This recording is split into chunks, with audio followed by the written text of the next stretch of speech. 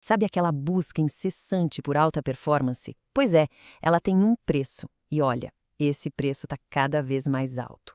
Nesta análise, a gente vai mergulhar fundo nessa crise silenciosa de estresse, de esgotamento que está pegando em cheio os cargos de liderança. E o mais importante, vamos entender por que isso não é um problema isolado, mas algo que respinga em toda a empresa. Mas, afinal, por que isso está acontecendo com tanta frequência, né? A fonte que usamos como base para essa análise começa justamente com essa pergunta. E a resposta, já adianto, passa longe de ser só um dia ruim no escritório. O que estamos vendo é uma tendência, um problema sistêmico que precisa ser olhado bem de perto, lá na raiz. Para entender de verdade o problema, a gente precisa primeiro dar uma olhada no cenário, no campo de batalha, por assim dizer. Vamos analisar de onde vem essa pressão toda, essa que vem lá de cima, e como a vida de um executivo hoje em dia virou uma espécie de panela de pressão, sabe? Um caldeirão de competitividade que está mudando completamente o que significa ser um líder. Olha, a pressão em cima de quem está num cargo de liderança não vem de um lugar só. É tipo uma tempestade perfeita. Pensa comigo.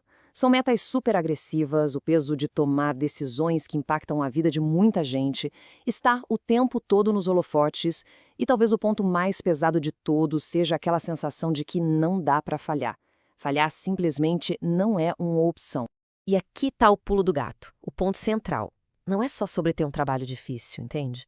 A fonte que estamos analisando chega a descrever isso quase como uma receita, uma fórmula para o burnout. É essa mistura de uma exigência mental e emocional altíssima com a falta de tempo para se autorregular, para se recuperar. É isso que vai gerando aquele desgaste, sabe? Profundo, progressivo e, o pior, silencioso. E pode ter certeza que essa pressão toda não fica só na cabeça, não. Uma hora ou outra, o corpo começa a apitar.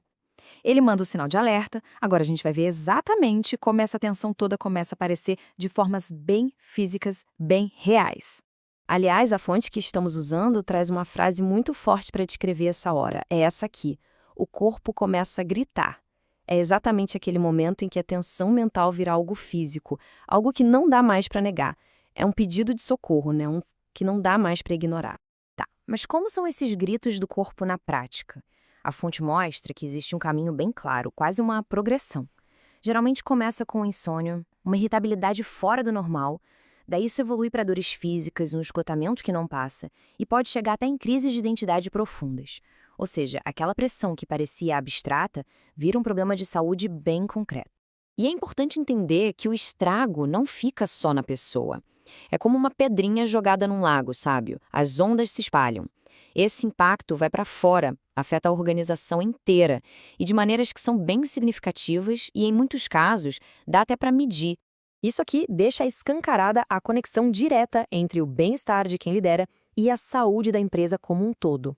Não é um probleminha pessoal, isolado. É um risco estratégico. Um risco que mexe com a base do negócio, que compromete tudo, desde as decisões mais importantes até o clima da equipe e, claro, a produtividade. Olha só essa comparação, lado a lado. Fica muito claro que está em jogo para a empresa. De um lado, um líder sob estresse. O que isso gera? Decisões comprometidas, um clima pesado, produtividade lá embaixo. Agora, do outro lado, um líder com clareza mental. As decisões são estratégicas, o clima é positivo, a produtividade sobe. A diferença é gritante, né? E impacta diretamente no resultado final da companhia. Ok, então a gente já viu o problema, já viu as consequências.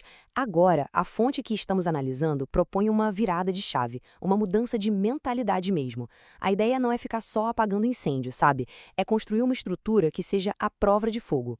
Isso muda completamente a perspectiva. Cuidar da saúde emocional, da saúde mental, deixa de ser visto como, sei lá, consertar uma fraqueza. Pelo contrário, passa a ser o que realmente é, uma decisão estratégica, uma vantagem competitiva que precisa ser cultivada para garantir uma performance que se sustente no longo prazo. Beleza, mas e a solução? Como fazer isso na prática? Principalmente para quem tem uma agenda super lotada, quase sem tempo para nada. Bem, a proposta aqui é uma abordagem bem estruturada, baseada em ciência, para construir essa capacidade de recuperação e resiliência. O método se apoia em 4 pilares bem definidos. O primeiro é a neurociência aplicada, que é basicamente usar o que a gente sabe sobre o cérebro para otimizar a performance. O segundo pilar são as técnicas integrativas, para conectar mente e corpo. Depois vem a reprogramação mental, que usa a meditação guiada para ajudar a criar novos padrões de pensamento mais saudáveis. E por último, a autorregulação emocional, que usa a capacidade do cérebro de mudar, a neuroplasticidade, para dar mais controle sobre as próprias emoções. Juntando tudo isso, a ideia é construir essa resiliência de dentro para fora. E o mais interessante é que tudo isso foi desenhado pensando no maior desafio de todos: a falta de tempo. Por isso as sessões são pensadas para serem rápidas, práticas, para se encaixarem de verdade na rotina corporativa. O foco é total em gerar resultado, em criar consistência, em fazer uma diferença que a pessoa sinta no dia a dia. E com tudo isso, fica uma pergunta no ar para a gente pensar, uma pergunta final. Para além dos números, das planilhas, dos relatórios, qual é o custo real desse burnout silencioso? Não só para quem sofre com ele, mas para a criatividade, para a inovação, para a alma da empresa. É uma reflexão que, com certeza,